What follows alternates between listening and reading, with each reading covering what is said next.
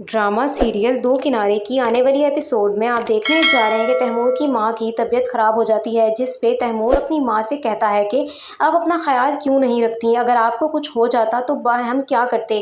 बाबा भी छोड़कर चले गए हैं हमें, आपके अलावा वो और है कौन हमारा। तो ये सुनते साथ ही तैमूर की मां कहती है कि दुर्शहवार की वजह से तुम्हारे बाबा इस दुनिया से गए हैं और अब मुझे लगता है कि मेरे मरने की वजह तुम बनोगे।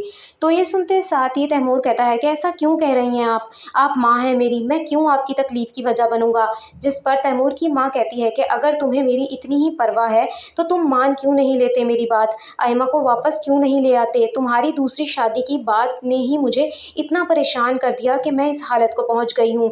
मैं तुम्हें और आयमा को अलग होता हुआ नहीं देख सकती, उसे मना कर घर वापस ले आओ।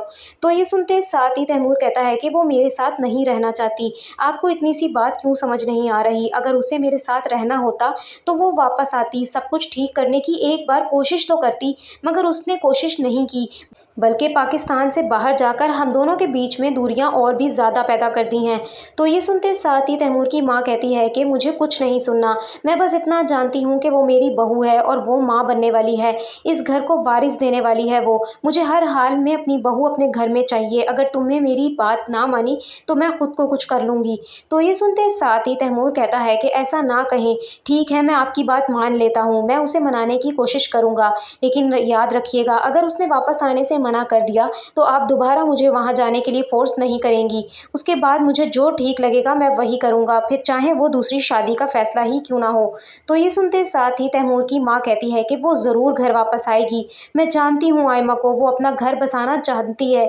अगर उसे तुम्हारे साथ ना रहना होता तो वो बहुत पहले ही तुम्हें छोड़कर चली जाती। उसने हर हाल में इस घर में तुम्हारे साथ गुजारा किया, क्योंकि वो एक समझदार लड़की है, वो रिश्ते निभाना जानती है।